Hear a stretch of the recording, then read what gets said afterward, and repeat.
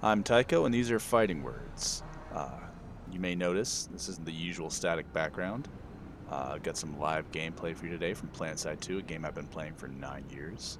The reason for this is that I'm about to hit 100. Um, Most people hit it much faster. I play the game on and off. Go through times when I play a lot, times when I don't play at all. And since the current generation of Battlefield is an absolute dumpster fire, if you're looking for combined arms, this is kind of the one of the better options out there, at least I think. So the thing that keeps bringing me back to it is mostly the group I play with. I've been playing with roughly the same group of people most of the time, starting with TRAF way back in the day, which was then reformed as 2RAF. I'm going to bail out before we die. TRAF was reformed into 2RAF, which was then reformed into 2RAF again. And so yeah, we're on a couple of iterations here. But it's been good. It's a very, very tactical game. You can do a lot. There's a lot of different ways to skin a cat. Oh, that's a vehicle, and I'm an infiltrator, and infiltrators can't really do much to vehicles unless they're sitting still and unattended. So I'm just going to get some cover and hope no one knows I'm here. That guy might know I'm here. Whoop. Ignore me. The continent I'm on right now is Indar, which is commonly referred to as the homeland, since it was one of the first continents released, and to this day, one of the most popular. So recently, and by recently I mean literally just last night, I was made a Ranger 3rd class in 2RAF. That basically means that squad leaders will know that I can be a team player, and I'm also a Red Beret, which means I can play any class they need me to play. So yeah, just that the community, the flexibility. I mean, I'm just running around in the trees right here. There's really no wrong way to play unless you're looking to be sweaty. And my usual commander tonight, or my usual commander, was tonight hoping to be sweaty, and it didn't quite work out for him. So that was unfortunate. But we still did well. Had a pretty solid point hold in a base we had no business surviving. Speaking of which, I don't know how I'm still alive.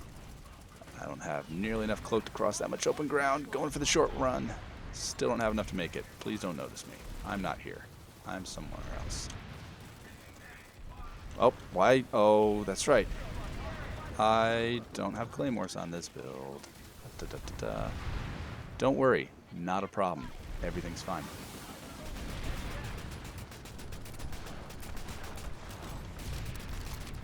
I'm not here. Don't worry. The enemy has the facility. A costly failure. Nope, that guy saw me. Oh, that's the guy I shot too, I think. Yeah, he's beat up. Alright. So now I'm going to press J for adventure, and while I do that...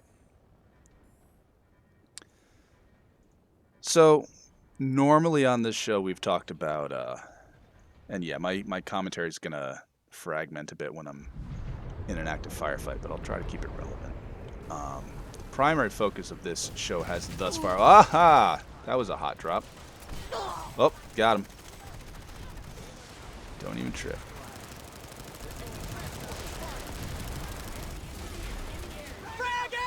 Put that 1144 beneath my head. So, as I was attempting to say before that man got in my face and ate a 44 caliber slug for his troubles, mostly we've been talking about hitting nerds with sticks, LARPing generally. Not the sole focus, just been the primary one so far. I've always wanted to do a little bit of exploration in, role playing and team play specifically in shooters, cooperative and competitive. This one's more competitive. Well, I mean, I guess it's a little of both because you are playing with a team.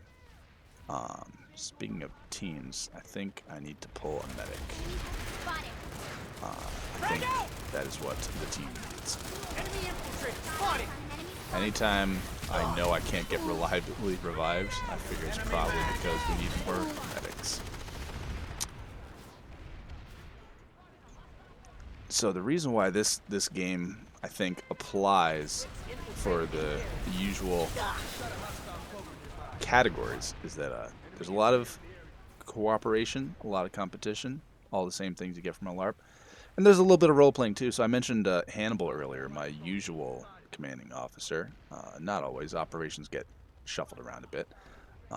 But he's been running the Blade trainings that I was taking part in, and he was the one who promoted me to Ranger last night. But he's a little bit of a role player when it comes to things like this. He likes to give tactical names to his squads. Personally, I think the TAC team system is superior than hearts, spades, diamonds, all that. I think it's just easier to count down from the top than it is to try and remember what heart of the cards you're supposed to be embodying. But that's just me, and I'm also a bit of a role player, like Hannibal. So when he says go full Alexander or initiate Operation Valkyrie, that's something that the both of us enjoy, I think. And some of the people that I play this game with are people who I've played other games with for years. Soligat, I've been playing games with since college, which is 12 years ago. Now I'm old. But just in general, I got domed.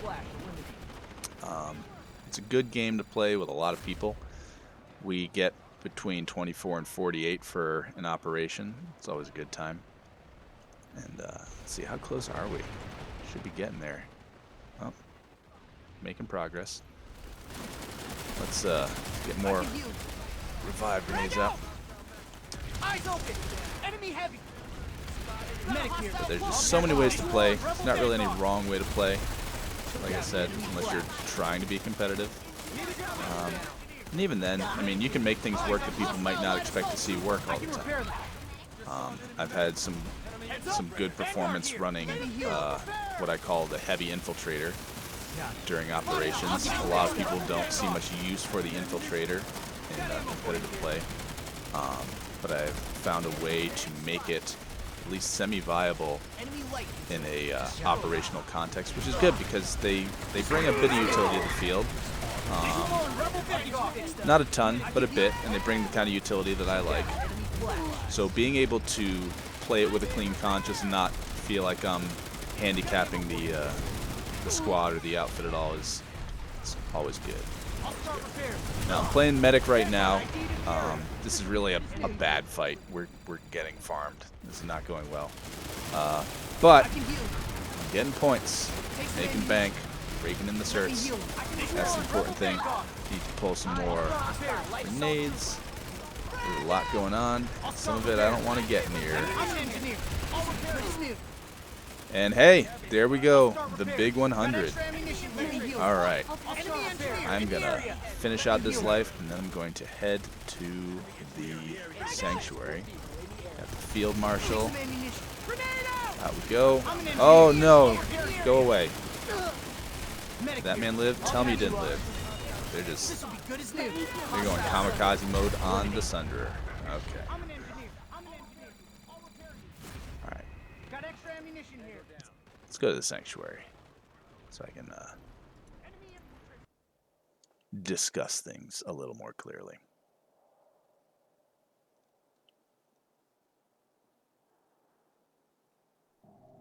So for anyone who's been trying to follow my ramblings, it's extremely hard to do commentary during live gameplay. Definitely a skill needs to be acquired. I don't have it. I don't know that I'll try to work on it. In the future, I may just record gameplay and then dub over it. But I wanted to come to Sanctuary because one of the things I was talking about, the community. If you look around this area, a couple of years ago, I think it was during 2020. I could be wrong, but I believe it was during 2020. A member of the community had died, and his brother, he had played the game a lot, meant a lot to him. It was something that they did together. So, since a lot of people in the game knew him, brother talked to one of the officers in our outfit and a few of the other officers, and they actually put together a funeral here in the sanctuary. So everyone assembled on the steps and in the little amphitheater here, and the officers stood up there and gave their speeches, and we went on a little march up and around the sanctuary, little memorial march. And after that, the game developers actually unlocked a continent and opened up the servers as wide as they could go, through the throttle wide open, cut all the queues out, just no lines. Everyone went straight in, and we had a massive 3v3 battle royale right in the center of the map with everything we could pull. And it was a slideshow. It was just an absolute, like, you would see an explosion and you would get credit for the kill 30 seconds later. You would be shooting at ships that weren't there anymore because they hadn't de-rendered after they blew up. It was an absolute fiasco, but the developers were willing to do that because it's a very community-based game, and they had people who wanted to put something like that together, and they obliged. They made it possible. This is the primary faction I play with, the Terran Republic, and you'll notice a similar coloration on this this monument here. That right there is the Alpha 3 Outfit Wars gold medal for 2RAF, the Second Republic Assault Force. We got Outfit Wars coming up. Been practicing for it, spending time in ops, trying to get good. Blade training, been focusing on that. We've got a development group and a special tactics unit. All sorts of good stuff going on. A lot of it feels very much like some of the war games we used to run, like Leeds, like some of the ops we ran when we were doing troll stuff and Damerung. Putting together plans and strategies behind the scenes and getting ready to run them. So, since a lot of people can't swing sticks at nerds anymore, stuff like this, as long as you're finding other ways to stay active. I'm still active in martial arts, still active in target sports, stuff like that. So I'm not being sedentary, but since I can't go out in the woods and swing sticks with nerds, I can still hop online and shoot bullets at nerds. And so yeah, I've hit 100, and now I'm gonna hop on over and immediately reset myself to 1 so that I can start carrying EMP grenades as an engineer and make Hannibal happy. Finally. That's a joke. Hannibal will never be happy. I'm Tycho, and these have been Fighting Words.